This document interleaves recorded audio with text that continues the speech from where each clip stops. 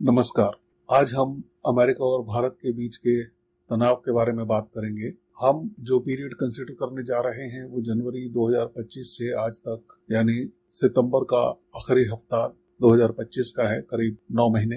आपको मालूम ही है कि डोनाल्ड ट्रंप ने चुनाव से पहले ही ये कहा था कि चुनाव जीतने के बाद मैं उन सब देशों पर टैरिफ लगाऊंगा जिनका व्यापार घाटा हम झेल रहे हैं, और भारत उनमें से एक है, क्योंकि हमारा बैलेंस ऑफ पेमेंट्स अमेरिका के खिलाफ सरप्लस है।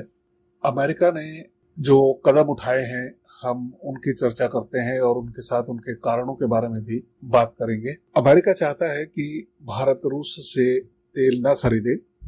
इसके अलावा वो दुनिया के और भी देशों को कहता रहा है कि वे रूस से तेल न खरीदें, क्योंकि वह रूस पर प्रतिबंध लगाए हुए है। उसके बाद उन्होंने भारतीय कंपनियों पर जुलाई में प्रतिबंध लगाए जिन्हें वो टैरिफ कहते हैं, और उसके बाद 7 अगस्त को उन टैरिफ्स में उन्होंने वृद्धि कर दी। और अभी जो नवीनतम स्टेप भारत के विरुद्ध लिया है वो है H-1B वीजा में $5,000 से बढ़ाकर $1,00,000 की वृद्धि। सबसे पहला काम जो डोनाल्ड ट्रंप ने सत्ता में आते ही किया वह था करीब उन 400 रूसी ऊर्जा प्रतिष्ठानों पर प्रतिबंध जो दुनिया में कहीं भी फैले हुए थे और उनका संबंध किसी भी तरह से रूस से था। और इसका मुख्य कारण ये है क्योंकि रूस और यूक्रेन के बीच काफी समय से युद्ध चल रहा है। अमेरिका यूक्रेन को सहायता दे रहा है नाटो देशों के साथ मिलकर, और वो चाहता है कि रूस को कमजोर किया जाए, क्योंकि रूस पर लगाए गए प्रतिबंधों का समुचित प्रभाव उसे लगता है कि नहीं पड़ रहा है।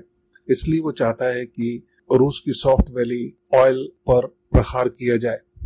उसी के चलते उसने उन सभी देशों पर प्रतिबंध लगाने शुरू कर दिए जो रूस से तेल खरीद रहे थे। और भारत की अपनी ऊर्जा जरूरतें हैं, जिसके कारण भारत भी रूस से तेल खरीद रहा है, और उसने अमेरिका को बता दिया कि हम रूस से तेल खरीदेंगे क्योंकि यह हमारी मजबूरी है, और रूस हमें सस्ता तेल भी दे रहा है। इसी के चलते अमेरिका ने एक और बहाना ढूंढा और भारत की उन 6 कंपनियों पर प्रतिबंध लगा दिया जिन पर उसने आरोप लगाया कि आप ईरान से कच्चा तेल खरीद रहे हैं। आपको याद होगा कि अमेरिका ने ईरान पर भी पहले ही प्रतिबंध लगाए हुए हैं। उन प्रतिबंधों से पहले भारत ईरान से बहुत बड़ी मात्रा में कच्चा तेल खरीदता था, और हमारा ईरान के साथ यह ट्रेड रूपी ट्रेड था जिसमें हमें डॉलर नहीं देने पड़ते थे।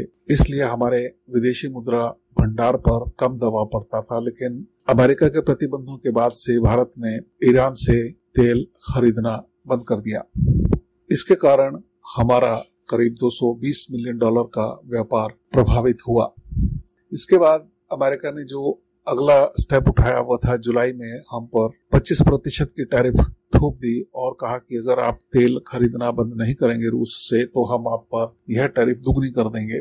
और भारत ने भी कन्वे कर दिया कि भाई हमारी अपनी तेल जरूरतें हैं, हम एक स्वयंभू देश हैं, हमें अपनी जरूरतों के बारे में स्वयं देखना है, हमें जहां से सस्ता तेल मिलेगा हम वहीं से लेंगे। जिसके चलते 7 अगस्त 2025 को अमेरिका ने यह टैरिफ दुगनी कर दी और आज हम पर 50% टैरिफ लगी हुई है। इसके बाद जो नवीनतम स्टेप अमेरिका ने भारत के विरुद्ध उठाया है वो है H-1B वीजा के शुल्क में वृद्धि, जिसे $5,000 से बढ़ाकर आज $1,00,000 कर दिया है। और इसका कारण उसने बताया है कि इससे हमें अपने अमेरिकी लोगों को नौकरी देने में सुविधा होगी। जबकि सच्चाई ये है कि अमेरिका में जितने भी विदेशी छात्र पढ़ने जाते हैं उसमें से करीब 30% भारत के होते हैं, जो हर साल अमेरिका को करीब $14 बिलियन का भुगतान भी करते हैं। ये लोग जब पढ़कर स्किल्स एक्वायर कर लेते हैं तो अमेरिका में H-1B वीजा पर नौकरी करते हैं। तो अमेरिका को ये समझना चाहिए कि ये हाईली स्किल्ड प्रोफेशनल्स हैं जिनमें डॉक्टर, इंजीनियर, IT प्रोफेशनल्स जैसे लोग हैं, और ये सर्वज्ञात है कि इस तरह की स्किल्स वाली जॉब्स के लिए अमेरिका के पास उतना टैलेंट पूल नहीं है। बट इसके बावजूद अमेरिका ने ये कदम उठाए हैं। अमेरिका के इन कदमों के बारे में भारत ने भी अपने प्रतिक्रिया व्यक्त की है और कुछ कदम उठाए हैं। उसमें पहला ये है कि विदेश मंत्रालय ने अमेरिका द्वारा उठाए जा रहे इन कदमों को अनुचित और अन्यायपूर्ण बताया है, और H-1B वीजा के मामले में भारत ने चेताया है कि यह एक मानवीय त्रासदी है। केवल भारतीयों के लिए नहीं बल्कि अमेरिकन कंपनियों के लिए भी, जिन्हें अब उस तरह के स्किल्ड वर्कर नहीं मिलेंगे। भारत के प्रधानमंत्री ने भारत को कहा है कि हम परिणाम भुगतने के लिए तैयार रहेंगे। अमेरिका को भी इसके बारे में सूचित कर दिया गया है। इसके साथ साथ मेक इन इंडिया पर जोर दिया जा रहा है और लोगों से उम्मीद की जाती है कि वे स्वदेशी खरीदेंगे।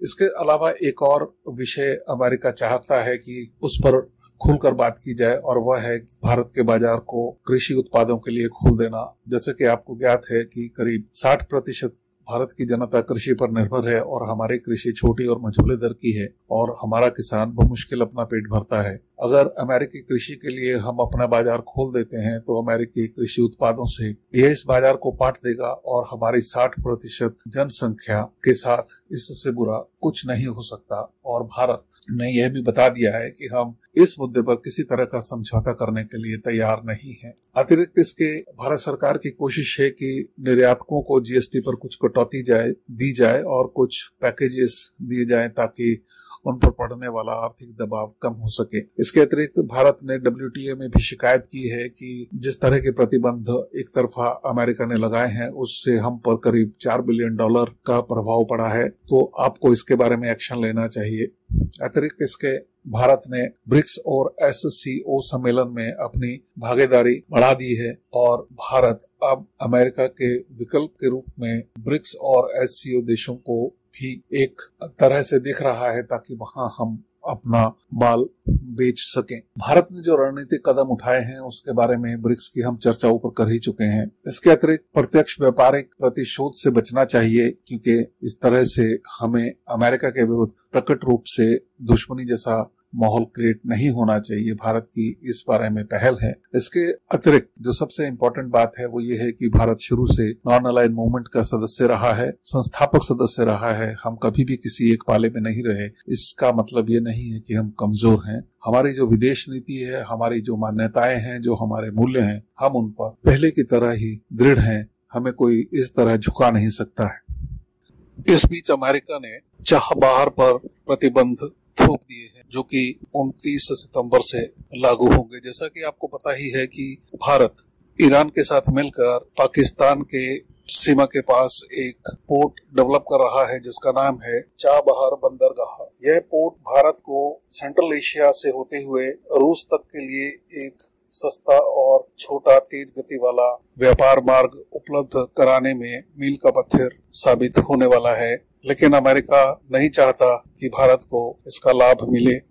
इस प्रतिबंध का सीधा सा मतलब है कि यहाँ पर जो किया जा रहा काम है और जो उसे वित्तीय सहायता दी जा रही है उस सब पर प्रतिबंध। चाबहार भारत के लिए रणनीतिक रूप से महत्वपूर्ण है क्योंकि ये पाकिस्तान को बाईपास कर अफगानिस्तान और मध्य एशिया से व्यापार का एक सस्ता और तेज रास्ता देता है। इसको बनाने वाली company India ports global limited को अब इस तरह के डिले के कारण कई तरह के दबावों का सामना करना पड़ेगा, जबकि भारत कोशिश करेगा कि इस पोर्ट की वित्तीय सहायता के लिए गैर अमेरिकी फंड प्रयोग किए जाएं या ऐसे फंड जिन पर अमेरिकी प्रतिबंध ना हो। लेकिन इस कदम से भारत और अमेरिका के बीच तनाव और बढ़ गया है। भारत इस पोर्ट की डेवलपमेंट के लिए कुछ और ऐसी साझेदारियां भी तलाशने की कोशिश करेगा जिन पर अमेरिका को किसी तरह का आक्षेप न हो। आज के इस कार्यक्रम में इतना ही। धन्यवाद।